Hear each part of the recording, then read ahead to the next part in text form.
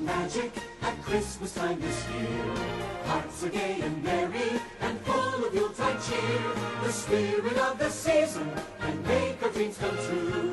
Memories of Christmas are here for me and you. And caroling bells ringing and Santa Claus will always be part of Christmas fantasy. So a little bit of backstory on this music here. Mm-hmm. So we have family passes to Disneyland because when you have a 4-year-old, it's just more cost effective to do that. Yeah. You reward them, right, by going to Disneyland, and you know once you've gone 3 or 4 times, you pretty much paid for your tickets. Yeah. So Christmas time at Disneyland is amazing because everything transforms. Giant Christmas tree, and you know they like seasonal stuff everywhere, and all these rides are transformed. The Jungle Cruise becomes the Jingle Cruise. Starting at Halloween all the way through Christmas, they turn the Haunted Mansion into a whole Nightmare Before Christmas Jack Skellington thing. Yeah. And, you know, it's pretty great. Intellectual property is a wonderful thing, isn't it? It sure is. and every single... and we've been going a little bit this season, and we've gone twice in the last week and a half, which is exhausting, but, you know, better do a... You know, if my 4-year-old can handle it, I can handle it. And there's a parade. There's the Christmas parade. This is the music that they play during that parade. And so help me, once you've heard that music, it doesn't leave your head. It's like an eclipse. It's like staring into an eclipse. It just burns itself into your brain. And I find myself at like 3 a.m. lying in bed and just think, and not even realize I'm doing it. It's unbelievable. Disney they get their claws into you, man. That's what they do. It's a magic formula. It's unbelievable.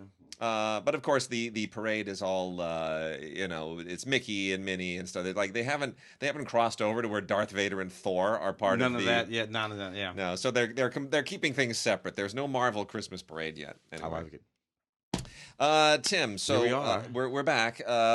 We should give everybody kind of a little bit of post-mortem on the LAFCA voting. Yeah. So how did you feel about it? Well, again, more interesting than pretty much all of the other critics groups and the other thing.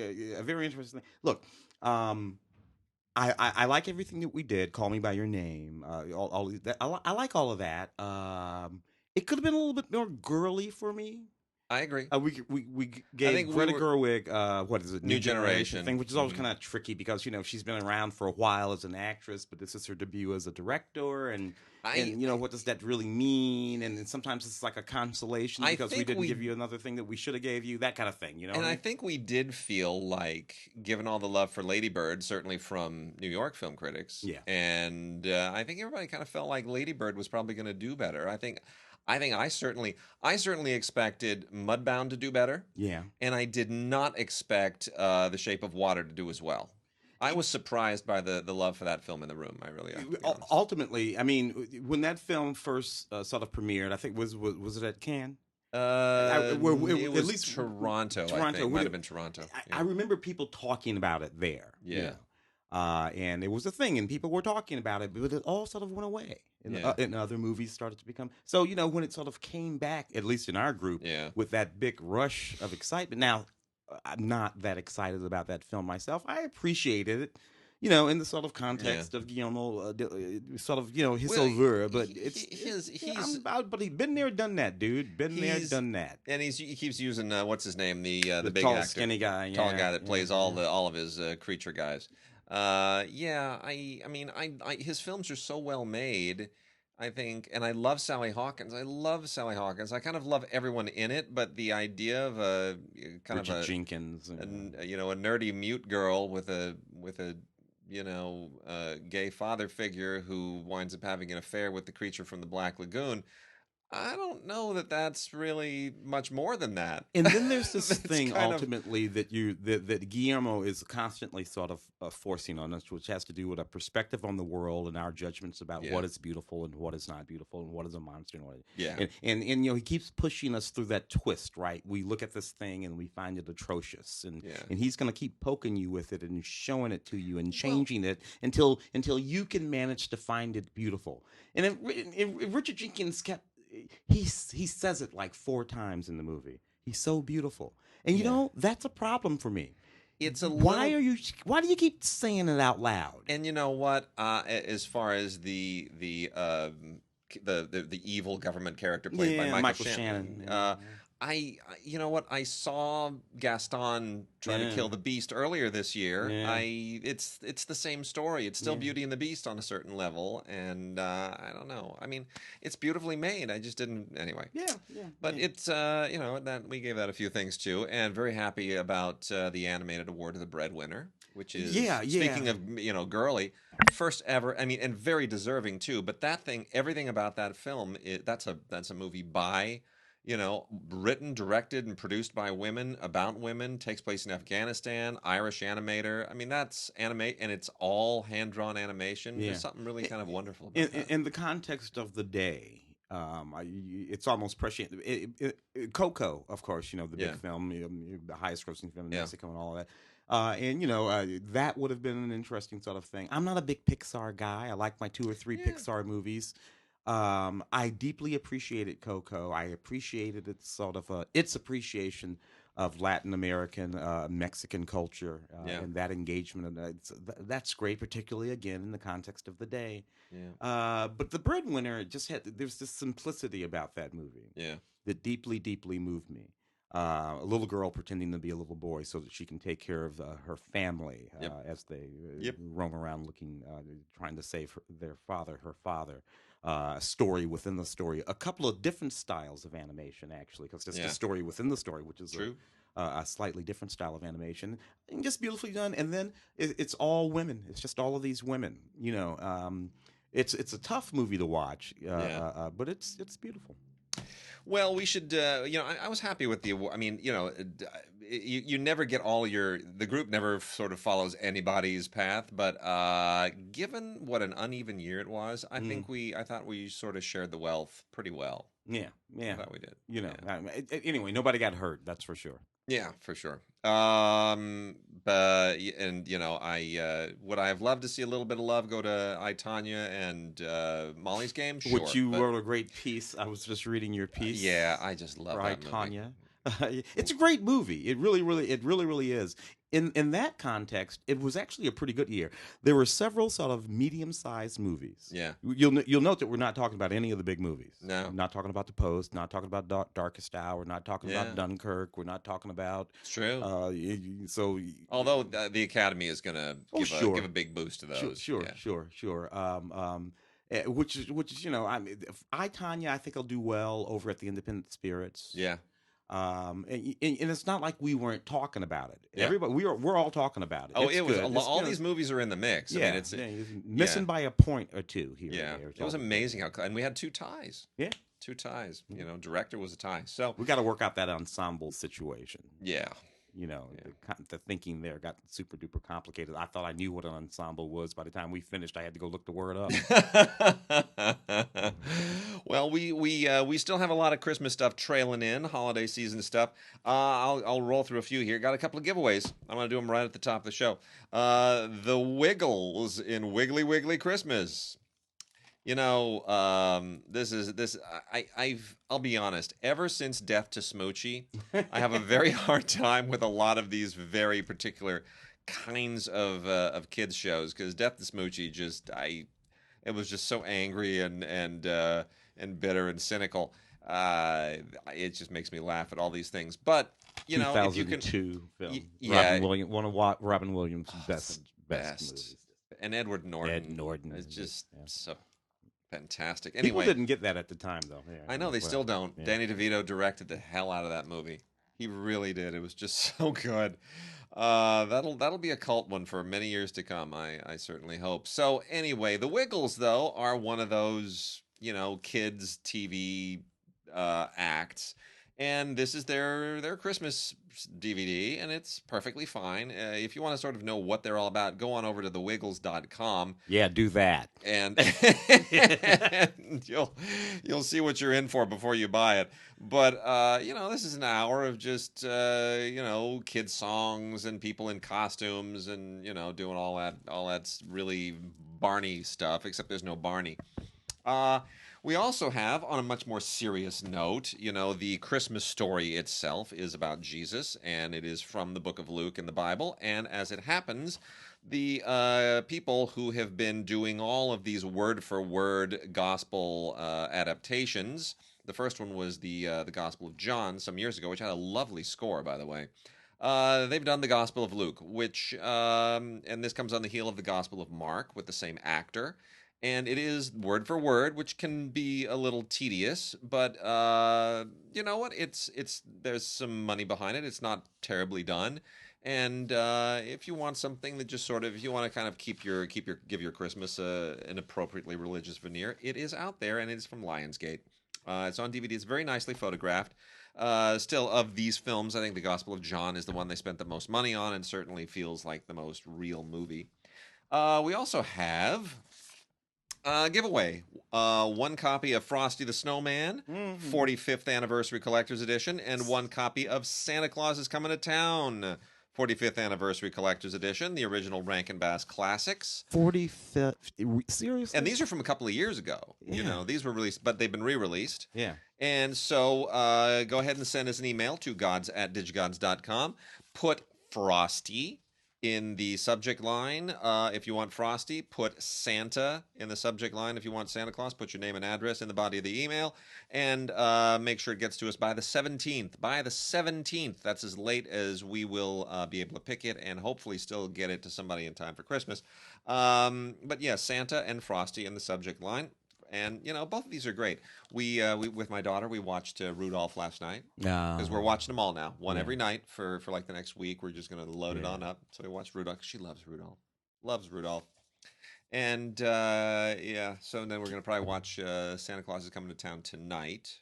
Maybe Frosty. She loves Frosty too. I was never a big fan of Frosty. I'll be honest with you. I like they're all wonderful, but it's the nature of the presentation that I love the most. Which of course, all of that would be 3D now. Yeah, but there's something. It's even commercials like Honda, like the Honda Winter Days or whatever they call the Honda. Oh yeah, they even do the imitation Rankin Bass animation, and Elf. We wouldn't even have Elf if it weren't for those movies. Yeah, exactly. Oh, man, that's coming up on 20 years now too.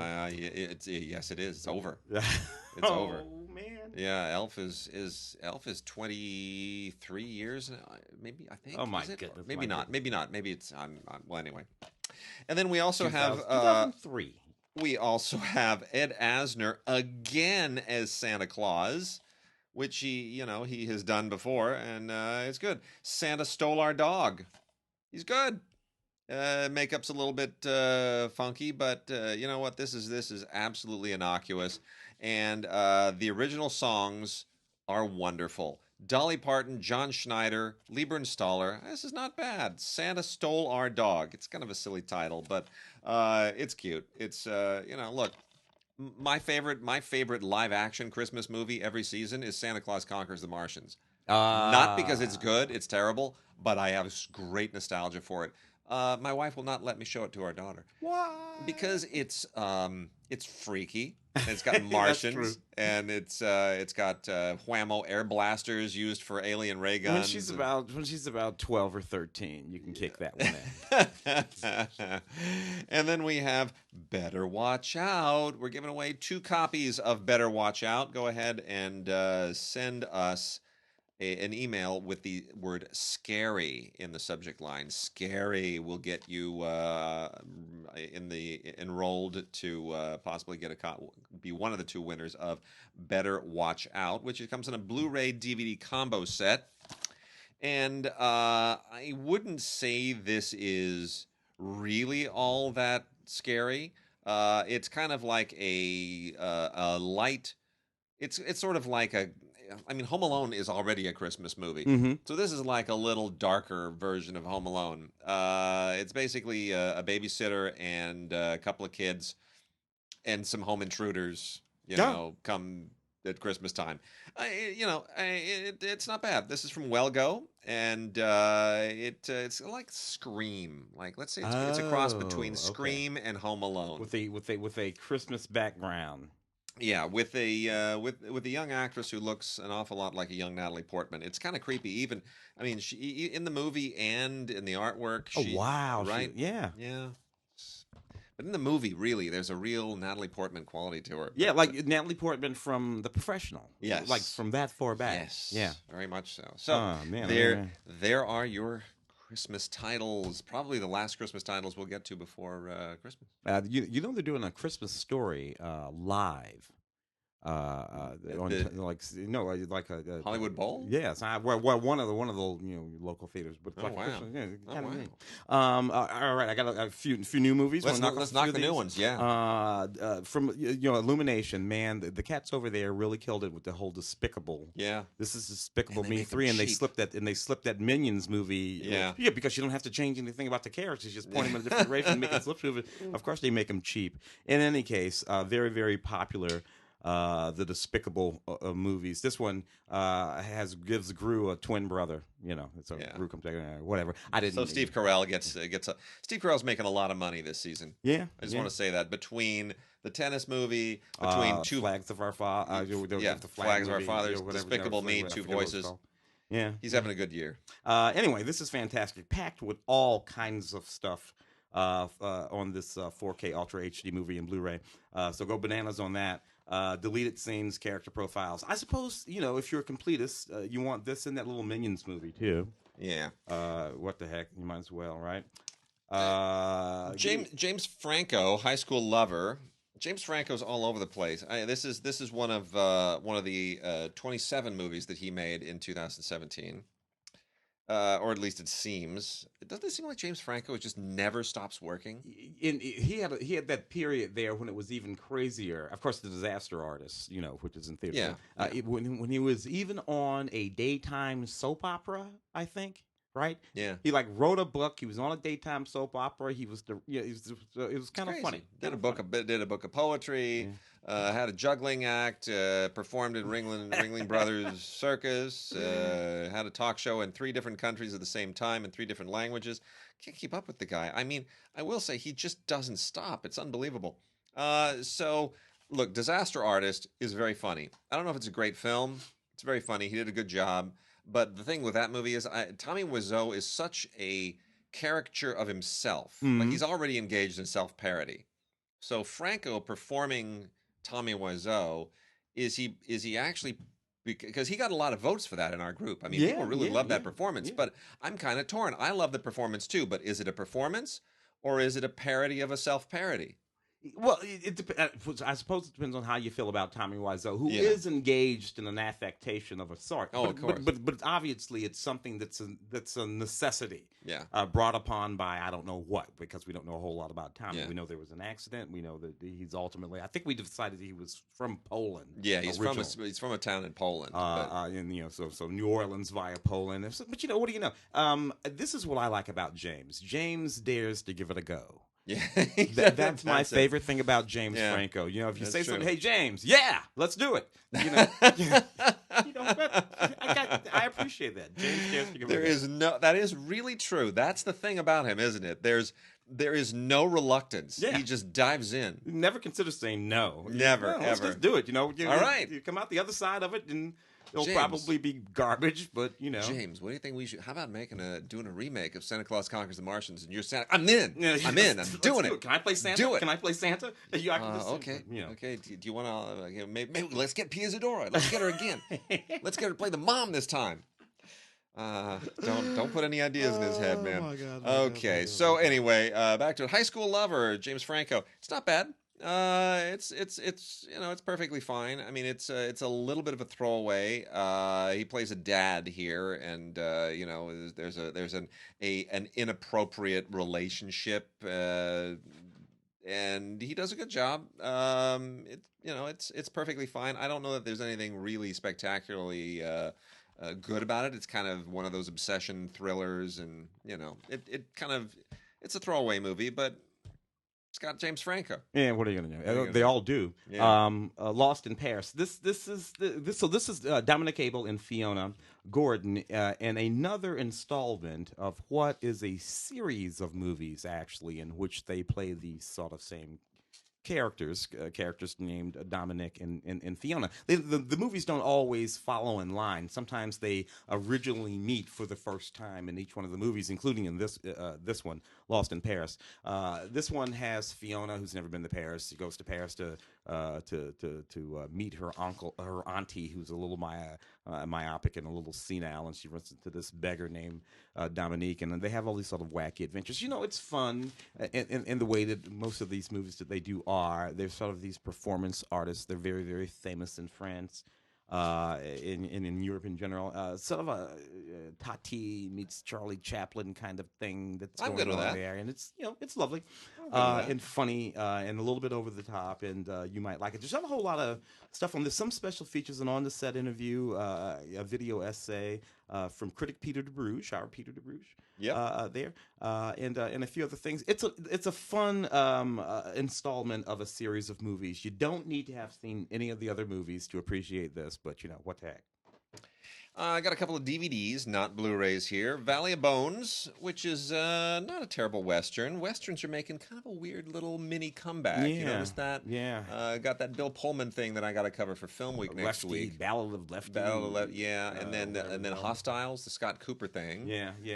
If you count the sort of modern Westerns, or even more. Yeah. So we're having another Western-y moment, and this is one of those kind of modern Westerns. Valley of Bones. It is, this is trafficking in that idea that there is still, that the Western still lives sort of in our soul. And if you go to substantial parts of the country, you still sort of, we may have cars and pickups and telephones and computers, but the Western is still very much alive in this story. And what's a little weird about this is that there's kind of a paleontology dinosaur bone angle to the story, which is a little bit kind of peculiar, and you sort of wonder how that ties in with all of the thrillery aspects of it, but it eventually does. So it's not bad. Valley of Bones, Autumn Reeser, Reese Cord, Alexandra Billings, Mark Margolis, a lot of actors that you would not know by name, but you know their faces, and it's probably more of a rental than anything. And Lemon got a little bit of I seem to recall Lemon got a few votes for something in our group, did it? Yeah, as I recall, it did too. It's a interesting movie. Yeah, it's okay. This is one of those middle-aged misfit movies. 40-Year-Old Virgin meets all the other 27 of them. Brett Gelman plays this guy who's 40 years old, and his life's a mess, and his family's a mess, and everything's kind of falling apart. And it's it's supposed to be a cautionary tale. Don't wait too long before you get your act together, I guess. Yeah. What these movies do. Anyway, fun cast. Michael Cera's in this, which is he's better in Molly's Game. Basically playing, as has been explained to me, that he plays Tobey Maguire in that movie. Yeah. But anyway, Michael Cera's becoming a much more interesting actor than I ever really thought he would. Interesting cast here. The supporting cast is good. Fred Melamed, who I always really, really love. David Paymer, Megan Mullally, Jeff Garlin, Neil Long, Marla Gibbs. It's a really interesting supporting cast. Just a kind of one of those indies, one of a very particular kind of indie. But I like the fact it's called Lemon, and it comes in a lemon-colored DVD case. Good marketing. Somebody made a good decision there. I think he's a lemon. Logan Lucky Steve. Did you watch this? Is Soderbergh. Yes. Not top notch Soderbergh, but shaped like a Steven Soderbergh film. It is. It feels like something that Soderbergh. Once Soderbergh called up his buddies and said, "Hey, how about we make a little movie like this?" And everybody signed on. and they made it, and it's fine, but it's a minor film. Every now and again, well, when he hasn't retired from filmmaking or done some other thing, he will go and make a little film, sort of like outside of the range of the big movie. I'm a fan of that. Yeah, I am too. I used to always say that, a lot of the big directors, particularly ones of our youth, the Kasdans and the Levinsons and all those guys, they would make the Donners and Zemeckis's, and the films would get bigger and bigger and bigger. Scorsese. And we used to always say, man, if they would just go back and, get $3 million and make some little movie the size of, whatever it was that they were doing 30 or 35 or 40 years ago. Anyway, every now and again, Soderbergh will do that, and I rather enjoy it when he does. I like this. It's a snappy little film. It's just a caper film. Channing Tatum, Adam Driver. They're going to pull off this heist at the Coca-Cola 600. It's one of those kind of things. This thing has some deleted scenes on it. I thought it was funny. Moved pretty quick. I have no problem with this movie. It's a minor film, but Soderbergh does a really good job with all that stuff. Yeah, so it's okay. Here's a movie that has disappeared from the awards season roadmap. It's a little bit too bad. I'm not sure that it really belongs in the mix, but keep an eye on this movie. It's called Rememory. Peter Dinklage, probably his best performance of his career. Yeah, when he's on Game of Thrones. He is just wonderful in this. This is a really interesting movie, and it's not entirely successful, but it's unbelievably ambitious. It's one of those, its reach exceeds its grasp kind of films. Very high concept. Super high concept. So, without giving anything away, Martin Donovan plays an amazing tech innovator who has pioneered a machine that can capture a person's memories. And there are a whole lot of really interesting ethical and legal questions that get wrapped up in that. Peter Dinklage is a guy who appears to be some kind of a fan, an acolyte, maybe a groupie of this guy. And it is I'm trying to do this without giving away any plot points. Let's just say that their lives are connected in a very interesting way that you don't see coming. It's not a Twilight Zone-y ending, but it's a really interesting journey, and it's basically Peter Dinklage's journey. Martin Donovan is the guy who he's the brains behind this technology, and his life certainly factors in. But stick with Peter Dinklage and a very, very interesting, very quiet and reserved performance. This thing was written and directed by a guy named Mark Polanski. I swear, Mark Polanski will do something huge in the next few years. This is like a perfect resume piece to just get set up for something incredible. One of the late young Anton Yelchin's last one or two movies. That movie. So. Yeah, that's right. Yes. Valerian, Luc Besson. Luc, when it comes to making absolutely insane.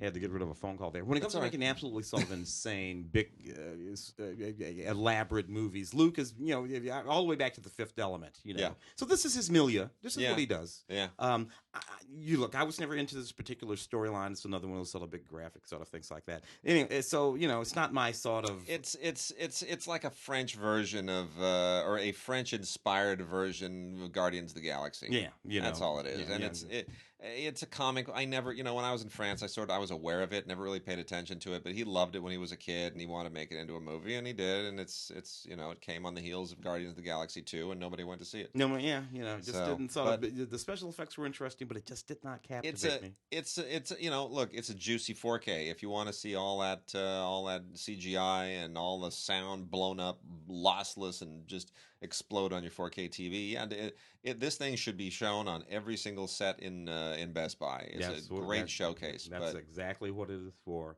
That's exactly what it is for. Anyway, not a whole lot on this, but go ahead and check it out anyway. Valerian. All right, good time. Robert Pattinson. I'm not on board. Yeah, a few people talked about it. Board. I know, but what do you? When we started voting, a lot of people who had seen this at the festivals, they said, "Oh my gosh, Robert Pattinson is like the career performances. The Safdie brothers, they're amazing." And you know what? This movie is amazing for that first scene, which has nothing to do with Robert Pattinson, where one of the Safdie brothers, and the Safdie brothers are they twins? Are they twins? Or are they separated by a year or two? Yeah. Anyway. Well, the Safdie brothers write and direct, and one of them acts, and the one who acts plays Robert Pattinson's brother in the movie, who's he's mentally challenged, and it's never clear if it's autism or something else, but there's something going on.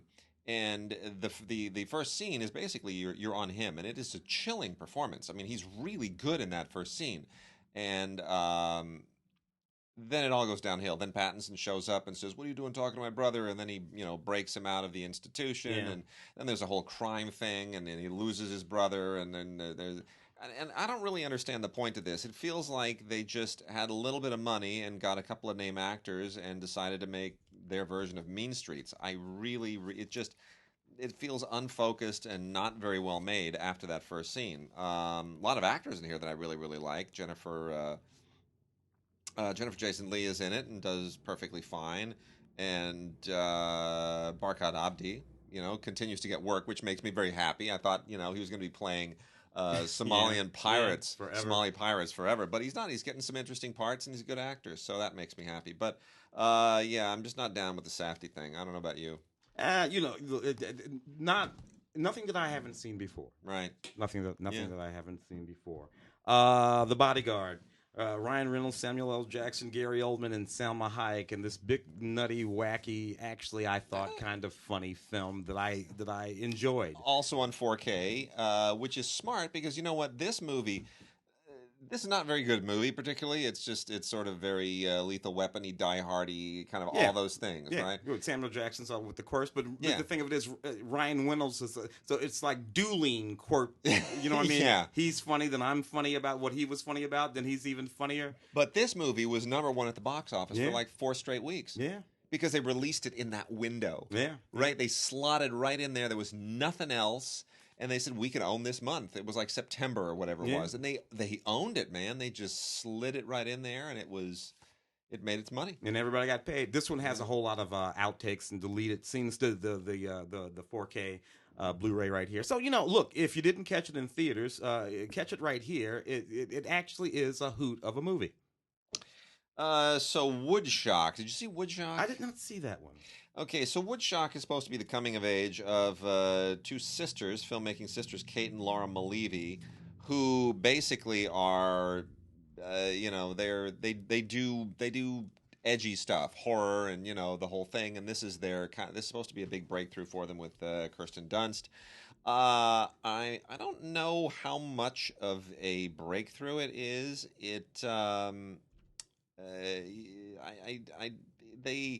They have style to spare, but it's almost like too much of a resume piece, right? They're just showing off a little bit too much. And I think Kirsten Dunst needs to make an ordinary movie again because all she's been doing is working with like Lars and now the movies. She wandered around Hidden Figures for a second or two. Second. But other than that, her movies, she's also in Sofia Coppola's The Beguiled. And all of these characters they're all uptight. Like that's her thing now. Even in Hidden Figures, she's not sort of. I don't know. She's almost like she's playing like these ladies. She's begging for a certain kind of typecasting, kind of like Arcane Ice Queen caricature. That I think she's a better actress than that. And I'm kind of surprised that she seems to be seeking these parts out. But maybe I'm wrong. Maybe it's about trying to. I don't know. Hey, she's a serious actress and has been for a long time. So it can't. Yeah. I can't imagine that it's just that alone.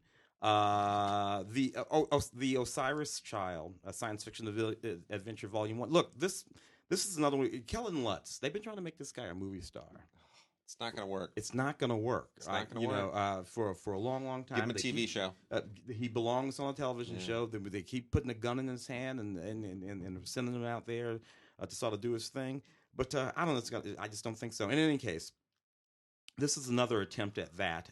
Not particularly effective, I don't think. The DVD here has several special features on it, including some featurettes and some other stuff, deleted scenes and music video. I don't know, man. Some folks are not movie stars. Some folks are television stars. I think he's one of them. Totally agree. We have the Blu-ray release of Showtime's Twin Peaks: The Return. Dougie. Now this is on Blu-ray, and they do not call this Twin Peaks: The Return on the Blu-ray. They call it Twin Peaks: A Limited Event Series. Now, this is getting very confusing because Twin Peaks fans want to know, how do we refer to this? Is this Twin Peaks Season 3? Mm-hmm. Is this Twin Peaks The Return? Mm-hmm. Or is this Twin Peaks a limited event series? I don't know. I don't think it matters. Use any of the three. It's interchangeable. It's just Twin Peaks. It's the new Twin Peaks. And there was a lot of drama that went into this. If you remember originally, this was announced, and Lynch is going to do a new season of Twin Peaks, and there was a whole thing. And then he put the kibosh on it and said, "Nope, it's not going to happen. They're not willing to spend enough money." And then it was off again. And it was the most brilliant thing ever because he had created an upswell of attention, a groundswell of desire, which put pressure on Showtime. And if it didn't happen, Showtime were going to be the bad guys. Right. And that was a great move. And Showtime, they caved, and they gave him something like twice as much money to make 2 times more episodes. And the reviews were terrible. That's the thing. Except for from you and me. But I think fans loved it. And Bob Kohler, that was funny. Bob Kohler, we've made a pitch in our voting meeting that this is basically a very long movie. Sure, why not? It's very unusual. It's 17 more hours of Twin Peaks, but it's very leisurely. It's paced for Showtime. Scenes go on forever. Shots go on forever. Characters have storylines that are never resolved. It's not neat and clean, but it's weird and it's freaky, and that's all people really want out of this. And it pushes forward. It's always pushing forward. So it's not stagnant, and it gets and it's not weird and freaky for its own sake. It loops back around. You'll have a moment. It'll be a bizarre moment, and a few episodes later, that moment that seemed to be dangling out there pointlessly becomes a moment. And then of course he's constantly referring back to 27 years ago? 27 years ago? Yeah. He's constantly referring 25 back. years ago. 25 years ago. Constantly referring back. Not just to individuals, but to plot points, moments of relevance. So I love that about this series. I love that all of it is in their heads, and they're trying to make it into a complete thing, a whole thing that makes sense. That whole pilot episode and Firewalk with Me, and everything. It's mostly the new characters who drive this storyline, with the exception of Kyle MacLachlan. But most of what Kyle MacLachlan is playing is not Agent Cooper. He's playing Dougie, and the evil Agent Cooper, who only gets introduced basically at the end of the very last moment of the original series. And Dougie, what a bizarre, freaky concept that was. That was a lot of fun. It's a terrific show, and you get so many extras. I haven't even finished whittling my way through it. It's amazing. There are hours and hours and hours of special features here, and it's a lot of fun because my wife used to work for Lynch, so there are people that we know are all over this thing. So. And a little bit of the last moments of our good friend who passed away, Lucky.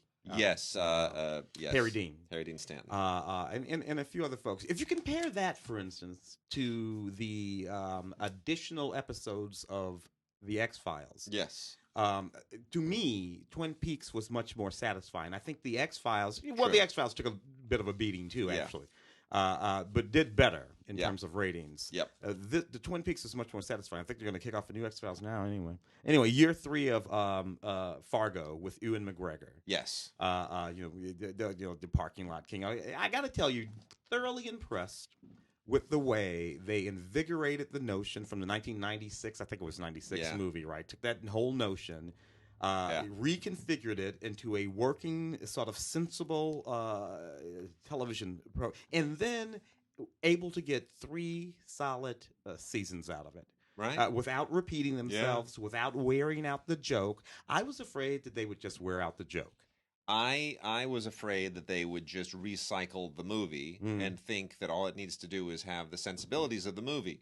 Just needs to be a whole lot of the partner in the wood chipper, funny accents and kind of gory irony, in a lot of snow, and it's always winter, and I thought they would but they didn't. No, they found a tangent, they found another way of going about it, and they did a great job. Yeah, fantastic. This one has all kinds of great stuff on. This is year 3, by the way, so you got all kinds of neat stuff on here in terms of special features. If you haven't delved back into it. I came to it a little slow because I was like, I just didn't want it to mess up my movie. Yeah. You know, and then I caught up real quick.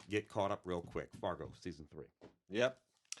Simpsons season 18 on DVD. Now, just so everybody knows, there will be no more Simpsons seasons on Blu-ray. That is done. That is finished. They are not doing it, but they are releasing them on DVD.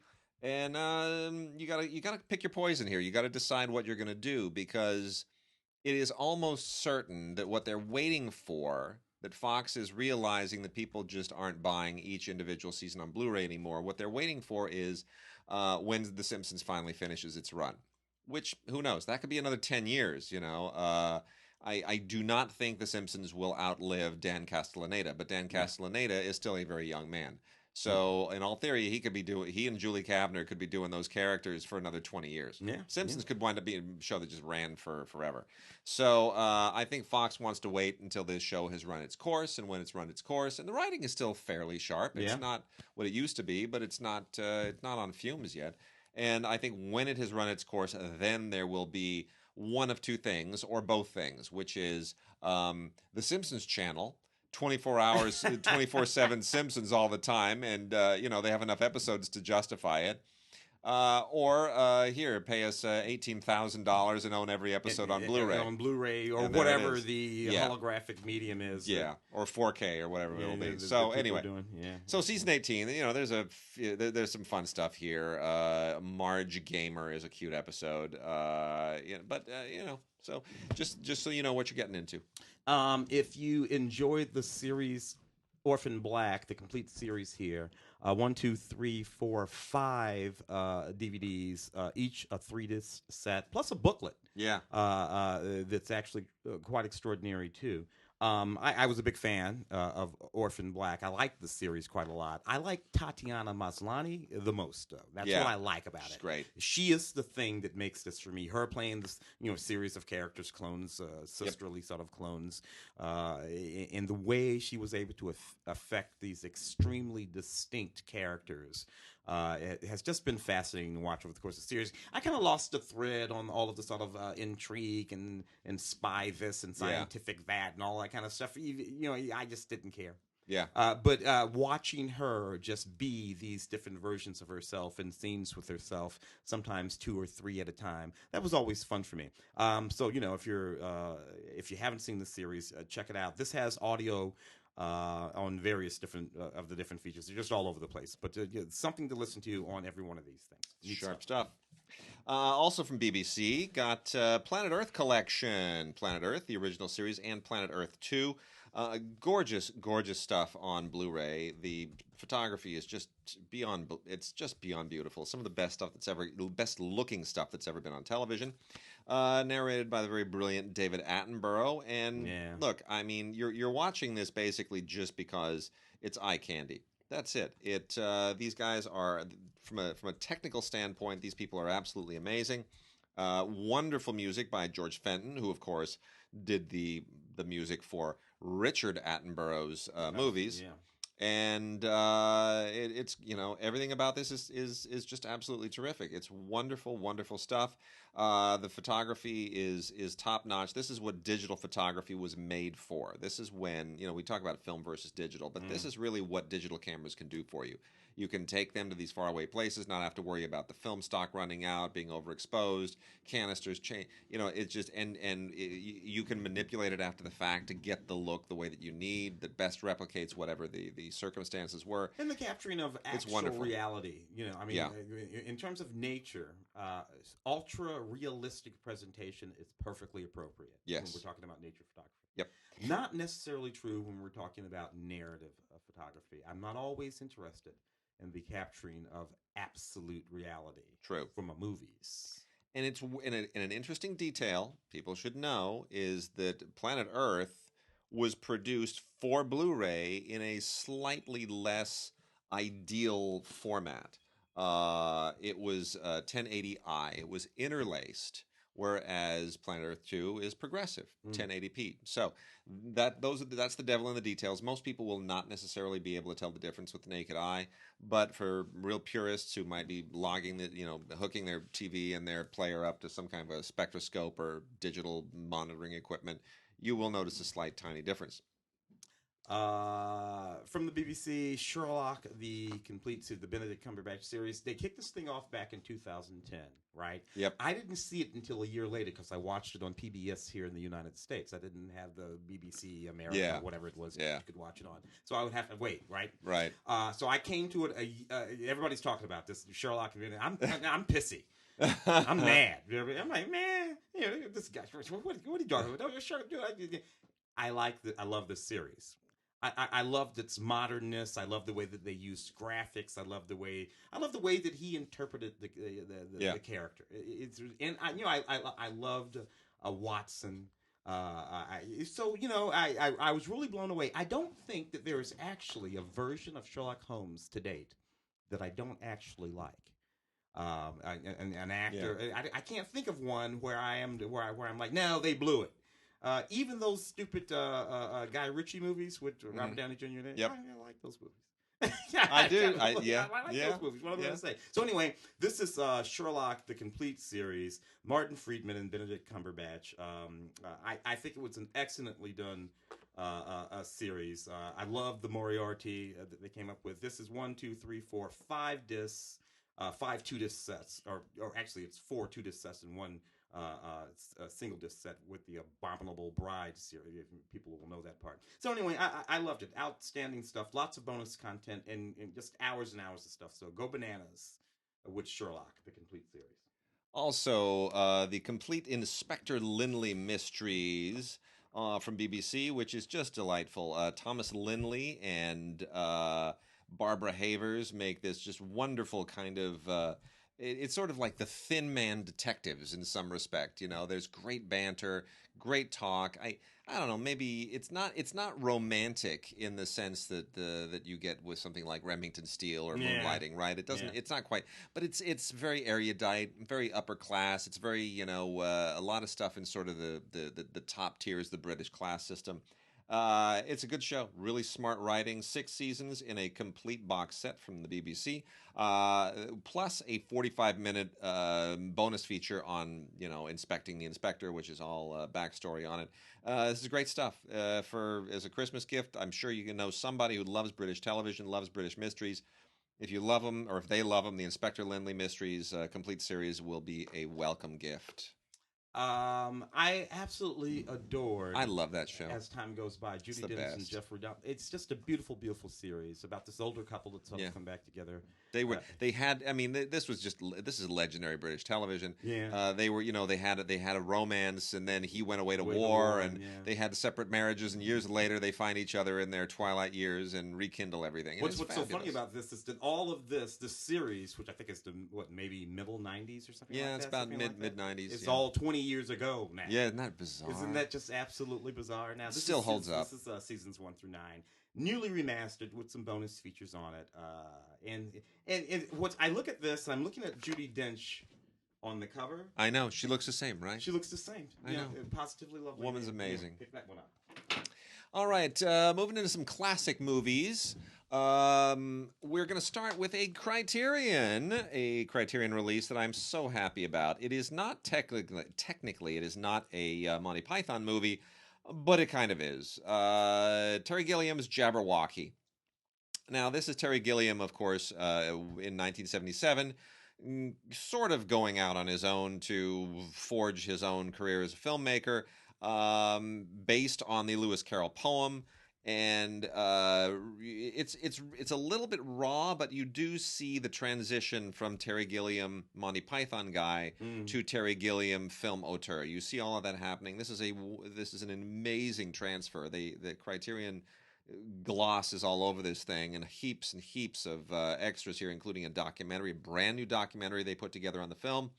with Terry Gilliam and Michael Palin and actor Annette Badland and the producer Sandy Lieberson. Really, really terrific stuff. Gilliam and Palin do an audio commentary, which was originally recorded in 2001, and that comes back now. It's still a great audio commentary. Restored originally in 4K and then transferred to Blu-ray here. It's just wonderful. There's an audio interview with the cinematographer from 1998. This is a lot of fun.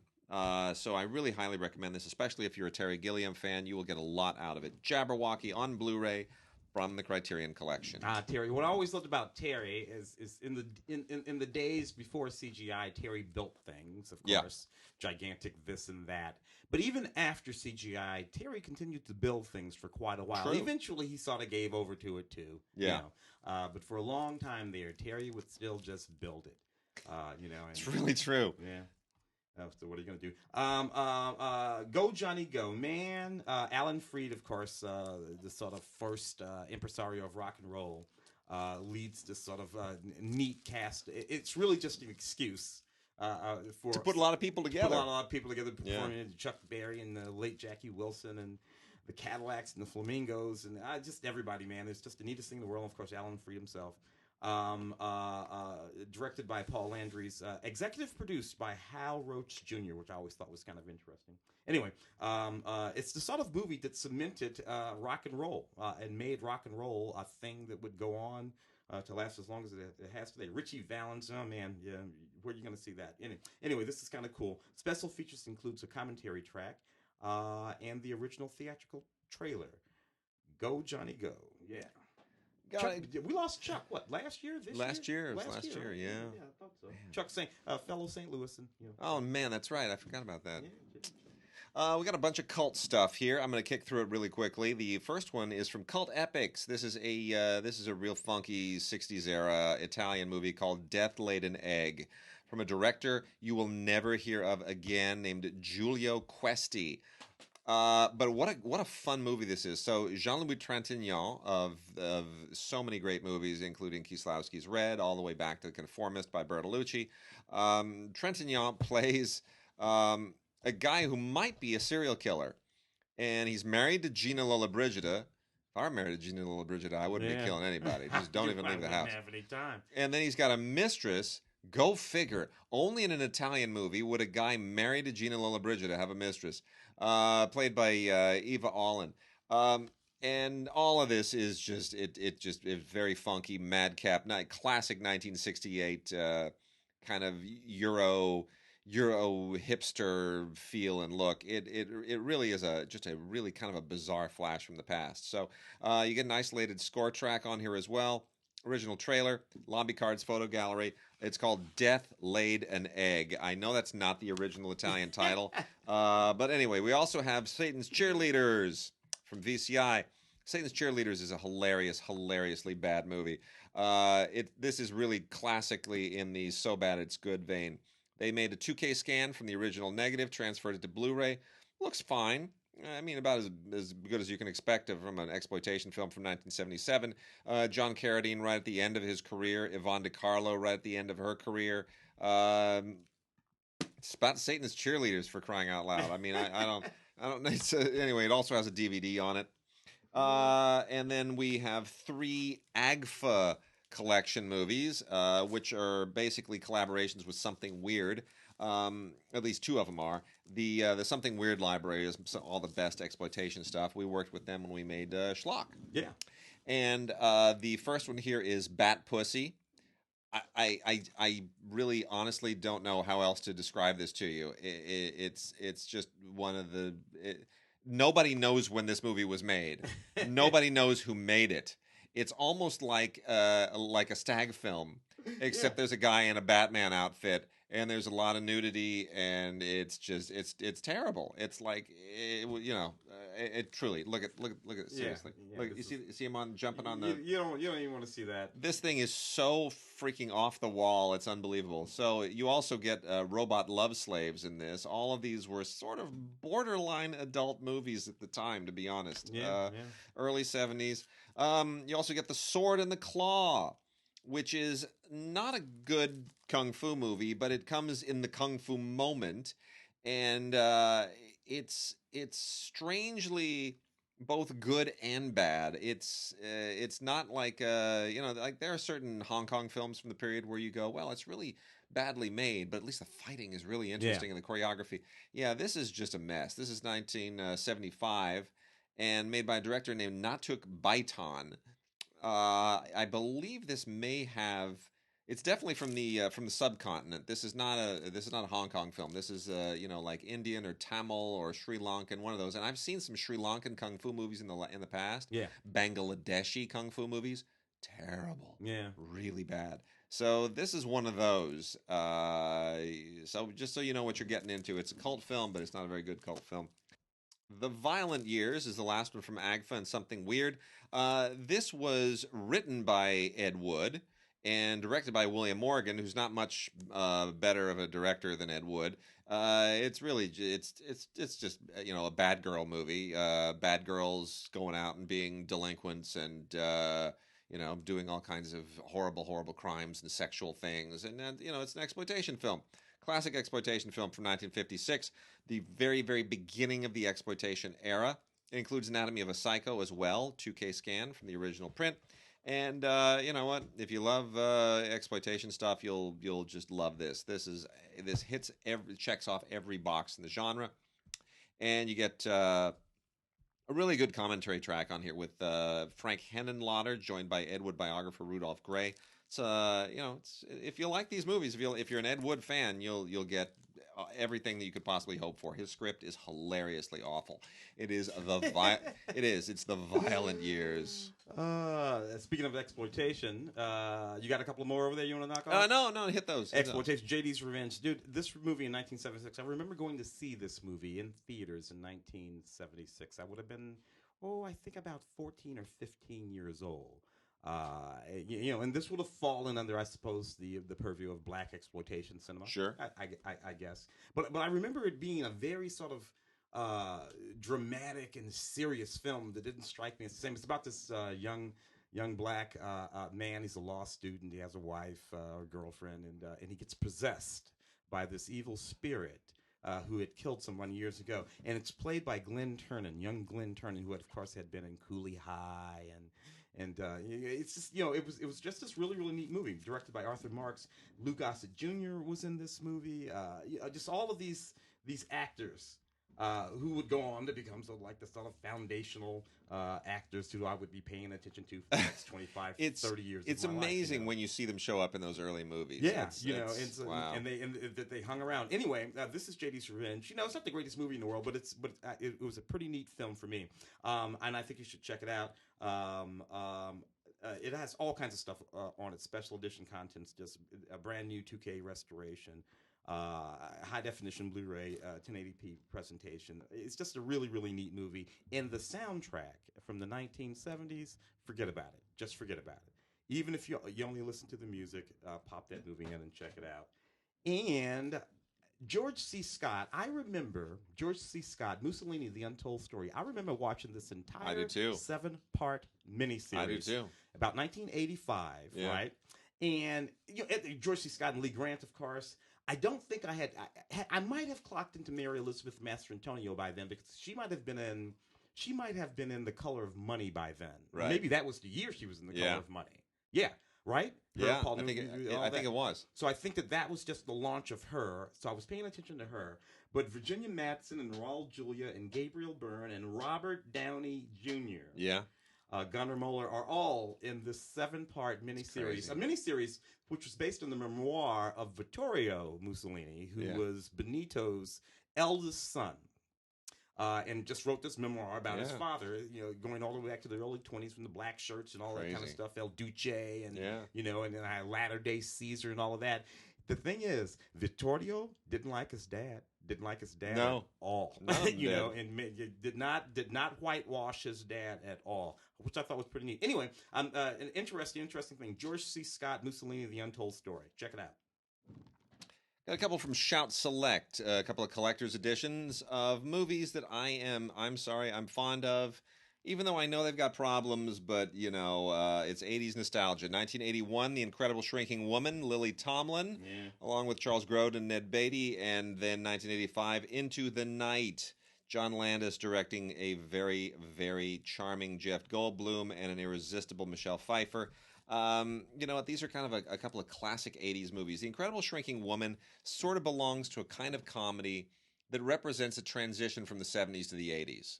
Yeah, and it's because part of it is still the comedies from the 70s could be very sort of avant-garde. Sure, and Ashby is still working. Yeah, going back even into the 60s, you still have the residue of that. But we're starting to also be a lot more commercial at the same time. They're really trying to hit some. You know, we're getting closer to all of those big formulaic beat comedies in the 1980s, and this kind of like the Chevy Chase stuff, the Vacation stuff, the John Hughes and all that, right? Yeah. So John Candy, all that. The Woman in Red over here, I'm going to talk about in a second. Yeah, and so the Incredible Shrinking Woman kind of fits in there, and this was really Lily Tomlin's breakthrough as a comic genius to really pay attention to. Many people don't realize this was directed by Joel Schumacher, for crying out loud. Yeah, sure. This is a really kind of an oddity, but a noteworthy oddity. And Into the Night, I just think is a wonderful little. Just B.B. King's wonderful score for that movie. It was a gritty movie too, Yeah. Jeff Goldblum plays this guy. He finds out his wife is having an affair, and he takes a nap at LAX. Yeah. And he stumbles across this young who's in distress, and he helps her. And the next thing you know, he's involved in this whole wacky thing. I love that Landis is in that movie. Yeah, he plays one of the, and that was probably because the villains is like a Persian, this sort of like Persian. I don't know. She's like this hardcore Persian gangster woman. And I think that might have been one of the first moments when Persians as opposed to Arabs were given a specific screen identity. I love that David Bowie is a hitman in this thing. I love the way that Los Angeles is depicted at night. Because if you live here, and I didn't live here yet then. That was the year before I moved here. Los Angeles it's unlike other major cities of the world. It doesn't really have. Like New York has this really romantic, like you see the skyline in Paris and Tokyo and Hong Kong and all in London. All these cities have a certain personality. LA's personality it's a mess. It's sprawling. It has no center.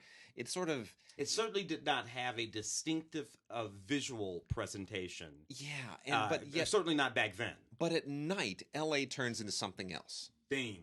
And it becomes the universe. Is what I always thought of it as. Yeah, and somehow this movie captures that when in you a drive wonderful up way. Sepulveda. Yeah, there are fires burning our city down right now. Right now, it's horrible. But hopefully, by the time this airs, those will all be out. And you hit that spot at the top of the 101 or the Sepulveda Pass, and you can look out over the valley in one direction if you happen to be able to look back over the city in the other direction. Yeah. And it's nothing but twinkles and twinkles of city lights everywhere. I always thought that looked like the whole universe to me. Yeah, that always was best representative of LA. That sort of all those lights. Yep, better than the Hollywood sign. Very true. The Woman in Red, Gene Wilder, Charles Grodin, Joseph. This is not like the best of any of these people's movies. I mean, the best Charles Grodin moment in Midnight Express, best Gene Wilder movie. There are a whole bunch of those. But anyway, Gilda Radner in this movie. I think it might have been Gilda's last movie before we lost her. And a young Kelly LeBrock, who we had first gotten in Weird Science. I think Weird Science preceded this movie, if I'm not mistaken. And Kelly LeBrock became this thing in the zeitgeist. And so that when she played the Woman in Red, more or less sort of doing a sort of brunette version of Marilyn Monroe's sort of, wind up the all of that kind of stuff. It actually was quite captivating.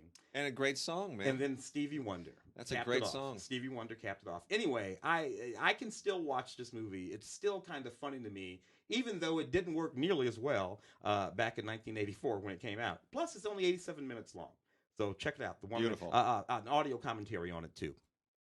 Really interesting cult film here. The Man from Earth Special Edition. This is really, if you've never heard of this, directed by Richard Shankman, written by Jerome Bixby. This is a very interesting genre film, and it's worth if you're a fan of intelligent sci-fi, it's really worth checking out. Jerome Bixby, of course, legendary science fiction writer, Star Trek, and a lot of other things to his credit. And this is really interesting. This is almost like an intellectual's version of Highlander. It deals with the subject of immortality, but in a really interesting societal way, in an almost sociological approach. The idea of a man revealing to people, to skeptics, that he is actually some kind of an evolutionary immortal. It's really interesting idea. Definitely worth checking out. Lots of extras on here. This also is only 87 minutes long. But this is a terrific special edition. Man from Earth on Blu-ray and DVD, really worth checking out for intelligent sci-fi fans. If you like kind of things like The Lathe of Heaven, Ursula Le Guin, it's that kind of thoughtful sci-fi, like Tarkovsky, Solaris. It gets into that same neck of the woods. Maybe even not Jodorowsky. Jaco Van Dormiel. Oh yeah. Van Dormiel for sure. Van Dormiel, Mr. Nobody. Yeah, absolutely, spot on.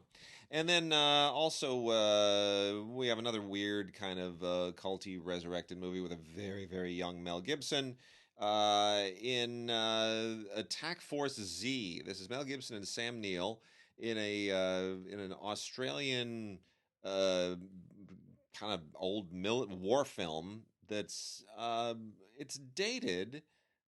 Takes place in World War II, and deals with trying to Japanese occupied island, and it's kind of the usual thing, but it's dated, but yet it's got its moments, and what's really interesting about it is not so much Sam Neill, who really looks the same then and looks the same now and has never really changed, but Mel Gibson, who looks young then and looks like an old man now, and you kind of start to wonder, what is Sam Neill doing that Mel is not? You don't want to be look. It took me a long time to realize this. You don't want to be a young pretty boy. Because the differential between, that period in your life when you were a young pretty boy, however long it lasts, you're 30, 40, and where you will inevitably end up is too distant.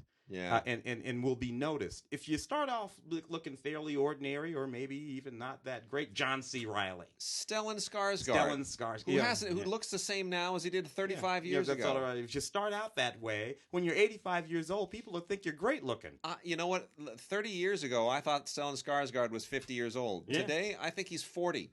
I have no idea how old he really is. It's I'm telling you, you don't want to be a pretty boy. Anyway, Attack Force Z. It's curiosity. It's not, I won't call it an Ozploitation movie, but it's kind of near it. Anyway, it's a decent war film, but interesting mainly for who's in it on Blu-ray.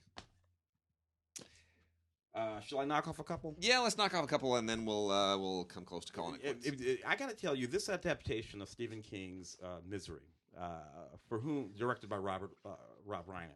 Yeah. But William Goldman did this adaptation. And I think that's what makes the difference. Stephen King adaptation. This is 1990. Stephen King adaptations weren't always fantastic. There was a period there when they, if Kubrick's doing it, you're okay. Yeah. You get The Shining or something like that. But sometimes, the Pet Cemeteries, you make a mess out of it. Yeah. But this was done so beautifully in Kathy Bates and Jimmy Caan. It's the last time Rob Reiner really had a handle on his directing. Yeah, and I got to tell you, you have that Stephen King story adapted by William Goldman. Yeah. There's really no way to screw this up. It kind of isn't. If you and he didn't. This is fantastic. This is the collector's edition. All kinds of stuff in terms of special features. Far too much to mention here, but there is an audio commentary with the screenwriter William Goldman, which I think is the most important thing on this DVD. But there's way more than that. So check it out. And we will close out with a bunch of great titles from Twilight Time for the holiday season. It's a wonderful December batch from Twilight Time, starting with a Shikiku film. Yes, Twilight Time mines a lot of stuff from 20th Century Fox and Columbia and the studio libraries. But you know what? They also get a lot of great Japanese stuff, primarily from Shokiku. And Yoji Yamada, one of my favorite living Japanese directors, made The Yellow Handkerchief in 1977. And I had never seen this before. This is an absolutely beautiful, beautiful movie. Really, it's just fantastic. It's adapted from some American journalism written in 1971.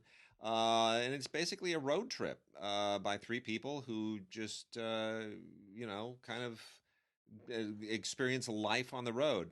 And it's interesting that it's a little Kurosawa-like in that way, that you're taking American source material, turning it around, giving it a Japanese spin, and it's a classic road trip in this case, and it wound up being just an amazing result. It's fantastic film from 1977. You can only get this if you go to TwilightTimeMovies.com. And or you can go to ScreenArchives.com. Has an isolated score track, which is just wonderful as well. And they only make 3,000 copies of each of these. Wow. And then we also have Marlon Brando in the Oscar-winning Sayonara, which also has a tremendous isolated music and effects track, which features Irving Berlin song and Franz Waxman music, based on the novel by James Michener. Ricardo Montalban, the wonderful Miko Taka. This is one of the earlier films that really decided we're not going to cast white people as Asians. We're going to go and find ourselves some actual Asian actors. Yeah. And it's not exactly Mickey Rooney running around Breakfast at Tiffany's. No, but it's 1957, same year as Bridge on the River Kwai. Yeah. There is a real sea change in Hollywood at this time. And it's Marlon Brando he gives it that extra Hollywood luster, and I think it's a terrific film. I think Sayonara is just an absolutely great movie. And then the last three, interesting collection of all across the section, an interesting cross section of stuff from the era. Gidget, the original Gidget, yay, with Sandy D. Just absolutely fabulous movie. I love this so much. It's just so much fun. It doesn't mean to be a great movie, but it's the beginning of that teen moment, 1959. The baby boom kids who were, the soldiers who'd started to come home around about 1942, having babies. They're teenagers by the late 50s. These are some of the first baby boom movies, and it's an interesting thing because Sandra Dee, of course, a lovely bouncy blonde, a gorgeous blonde. Gidget, who was written by this fella who based the character on his daughter, who was a cherubic sort of brunette, little round brunette girl. But Sandra Dee was like physically the absolute opposite of his actual daughter. I checked Sandra Dee in once. I sold her a movie ticket to Greystoke. Oh, really? About 1983. 83, yeah. and she was. You could tell she was not in good health. It was very sad. Made me very, very sad. She was getting kind of frail and weak. But she was lovely. She was still very pretty, and it was. I was very excited. I don't think anybody else knew it was Sandra Dee. She and a companion came up to buy tickets, and I was like, Sandra Dee. I was nerding out. Eventually, Gidget, of course, was played by Sally Field. Yes, who was a cherubic on television, little brown brunette girl who looks just like his daughter. Yeah. So he was able to I gotta fix that. And there you go. And then fantastic Leslie Bricusse musicalized version of Doctor Dolittle with Rex Harrison as the man who talks to animals, directed by Richard Fleischer. I read all those Hugh Lofting books when I was a kid, and they've never really been adapted as the books are. The books are almost Little Prince style storytelling. It's a certain style that just almost doesn't translate to movies very well. But it's certainly not Eddie Murphy, and it's certainly not Rex Harrison. But nonetheless, this is a wonderful, fun film all by itself. The isolated track, of course, is very special here because it's a musical. And there's an audio commentary with Leslie Bricusse and Mike Matessino, who's a film music historian. Featurette on Rex Harrison in the original trailer. Beautiful Blu-ray. Looks fantastic. Twilight Time really did a wonderful job there. Samantha and then Richard Attenborough. We talked about his brother. Yeah, a little bit. People forget Richard used to act. I know, that's Richard true. He did a lot. He acted Yeah, always. Yeah. Oh, yeah, a long time. Great Escape. Yeah. And then lastly, I love the fact that Twilight Time keeps bringing us Woody Allen movies. I just did a review for CineGods.com on Wonder Wheel, which I think is a really super important Woody Allen movie. You should go to CineGods.com and check it out. But you know what? Bananas. Bananas right there at the beginning of his career. I love Bananas. You know what I love most about Bananas? Yeah. Sylvester Stallone tries to beat him up on the subway. That's what I love about this. Here's what I think is really, really wacky about Bananas. 1971. Woody Allen, totally just ridiculous movie. This is a far-fetched, crazy comedy. Okay, I mean, this is really a nutty comedy. It's like a political satire, and it's like a sketch comedy potpourri, and it's all over the place. And you know, it tries to talk about, you know, third world countries and revolution and dictators, and it's a little bit of Moon over Parador kind of stuff. It's manic and it's crazy. And at no point watching this, especially watching that moment on the subway. This is 1971. Watching that moment on the subway. Here's this Sylvester Stallone guy. You don't even know who he is. He's a bit part. He's just some Italian-looking guy who's like muscling up to this nebbishy-looking Jewish guy on a subway in this wacky, crazy movie. Yeah. In that moment, who would have thought, looking at those two, you know what? Each of them is going to write an Oscar Best Picture winner before the end of this decade. Yeah. Who would have thought? At that moment, then forget about over the course of history. Nevertheless, love it. Not who they would actually ultimately sort of become, and the grand. Love how this business turns on a dime. Love it. Bananas, classic Woody Allen. Got to check it out. Twilight Time did a great job. Also has an isolated music track for that fantastic Marvin Hamlish score. It's wonderful. All right, Tim, I think that's it for us this week. Alrighty. We will be back next week, which I believe is probably the last one before Christmas. I'm not sure we're going to have a show Christmas week, but we'll be back then probably the week after to tidy up the year, see if we got some picks on the year. It's been a lot of Blu-rays and DVDs. A lot of additional awards nominations will have been made by then. Yes. Golden Globes will be out and all that stuff. So, all right. We will see you guys next week.